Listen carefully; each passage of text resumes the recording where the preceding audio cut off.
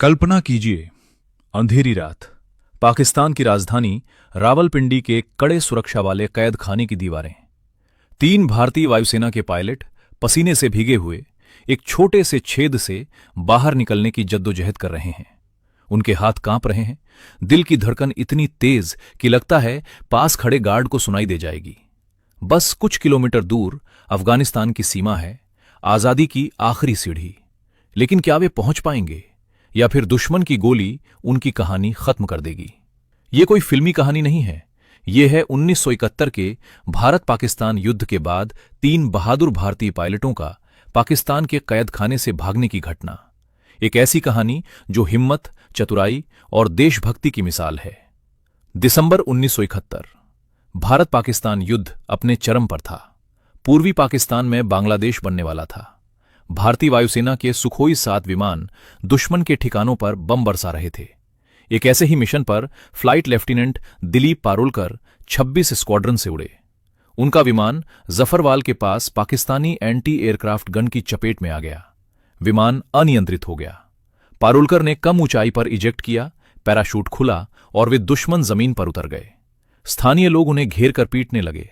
मार डालो इस भारतीय को, चीखें गूंज रही थीं। लेकिन एक पुलिस वाले ने उन्हें बचाया। जिंदा रखो, जानकारी निकालनी है, उसने कहा। पारुलकर के सिर पर चोट लगी थी। कुछ दिनों तक उन्हें अपनी याद भी रही, लेकिन उनका जज्बा जिंदा था। ये उनकी तीसरी इजेक्ट थी।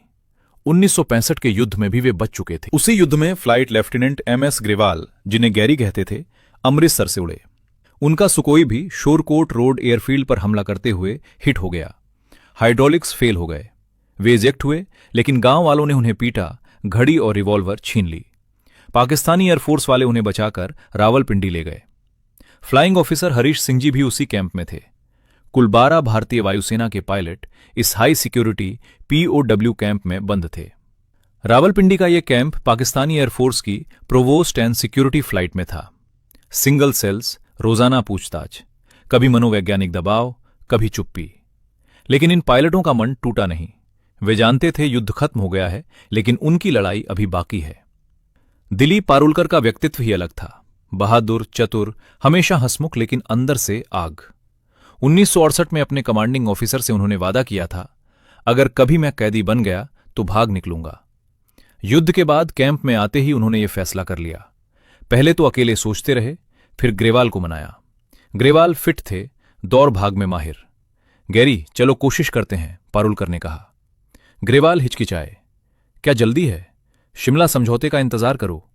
लेकिन पारुलकर का जोश देखकर वे मान गए। दोनों बैचलर थे, कोई परिवार की चिंता नहीं।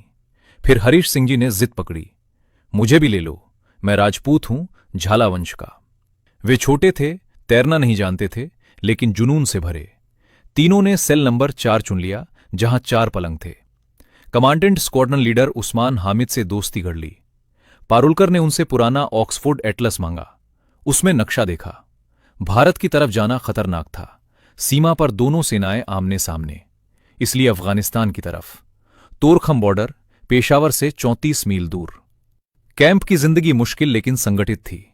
रेड क्रॉस हर महीने आता, पत्र आते, 57 रुपए मासिक भत्ता मिलता। किताबें पढ़ते, शतरंज खेलते, वॉलीबॉल खेलते। क्रिसमस पर कमांडेंट ने खुद पार्टी रखी।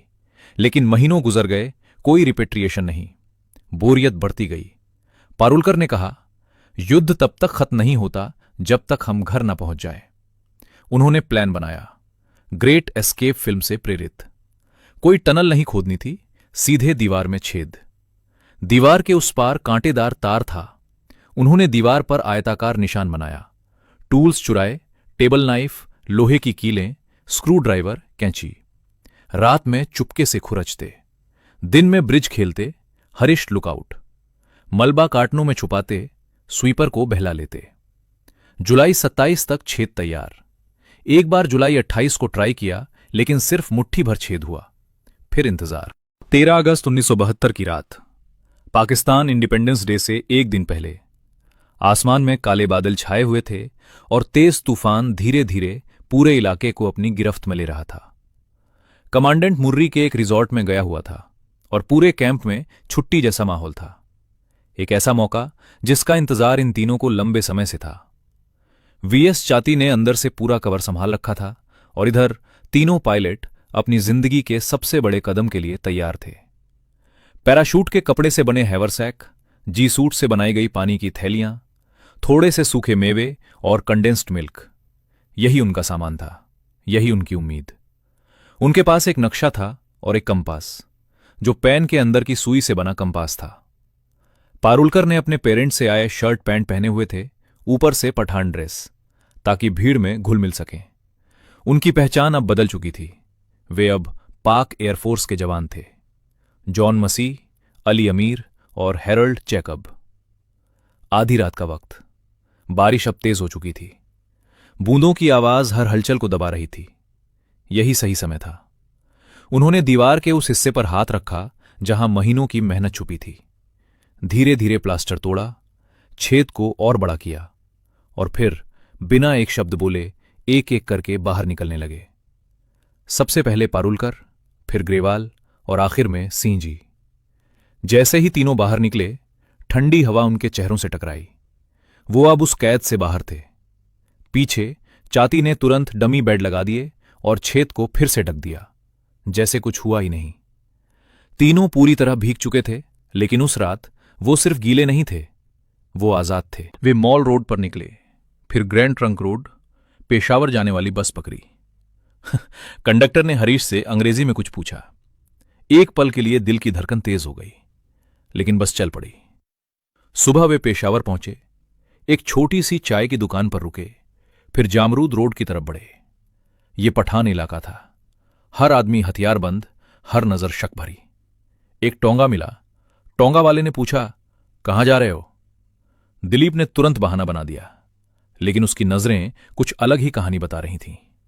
वे रेलवे लाइन के पास उतर गए और पैदल चलना शुरू किया। अब सूरज निकल आया था, लोग घूर रहे थे, शक बढ़ रहा था। वे रेलवे लाइन के साथ साथ चलते रहे, फिर मेन रास्ते पर आए। आगे टोल गेट था, चेकिंग चल रही थी। उन्होंने मौका देखकर बस की छत पर छुपकर पार किया। वे जामरूद पहुंचे और अब लांडी कोटल की तरफ बढ़ने लगे।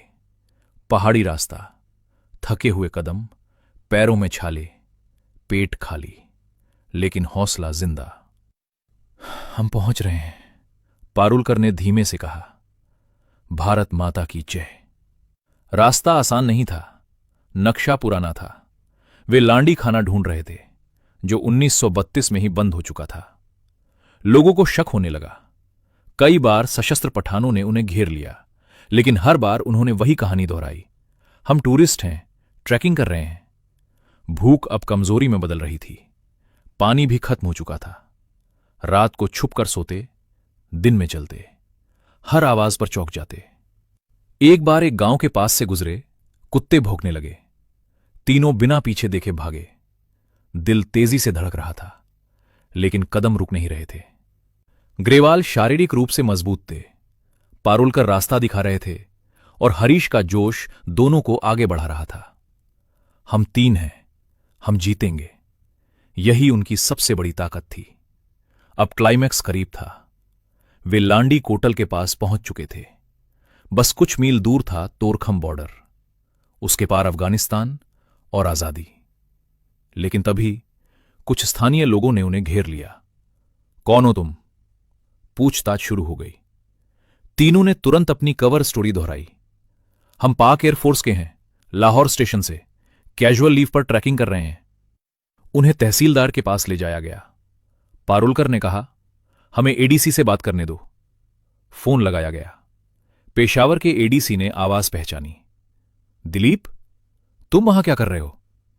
एक पल के लिए सब कुछ थम गया, लेकिन एडीसी ने रिस्क नहीं लिया। उसने कहा, ये हमारे आदमी हैं।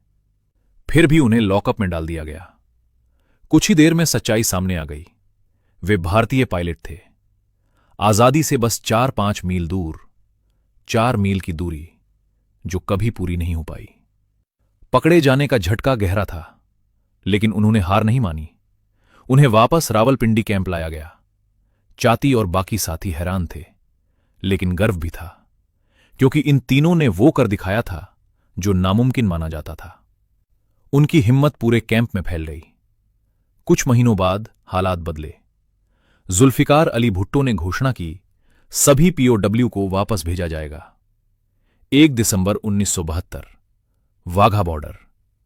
जब ये तीनों भारत की जमीन पर लौटे तो उनका स्वागत हीरो की तरह हुआ। पूरा देश गर्व से उन्हें देख रहा था। पारुलकर, ग्रेवाल और सिंह जी ये सिर्फ नाम नहीं थे, ये हिम्मत की पहचान बन चुके थे। वे घर लौट आए, लेकिन उनकी कहानी हमेशा के लिए इतिहास में दर्ज हो गई। ये सिर्फ एक एस्केप अटेम्प्ट नहीं था, ये भारतीय वायुसेना के जज्बे की जीत थी। दुश्मन की कैद में भी वे टूटे नहीं। आज भी जब 1971 के वीरों की बात होती है तो इन तीनों का जिक्र जरूर होता है। उनकी कहानी हमें सिखाती है, चाहे रात कितनी भी अंधेरी क्यों ना हो, उम्मीद की एक किरण हमेशा जिंदा रहती है। देश के लिए लड़ना, हार न मानना और आखिरी सांस तक कोशिश करना, यही असली बहादुरी है। अगर भारतीय सेना की यह वीर गाथा आपको पसंद आई हो तो वीडियो को जरूर लाइक करें, चैनल को सब्सक्राइब करें और इसे अपने दोस्तों के साथ शेयर करें। जय हिंद, जय भारत।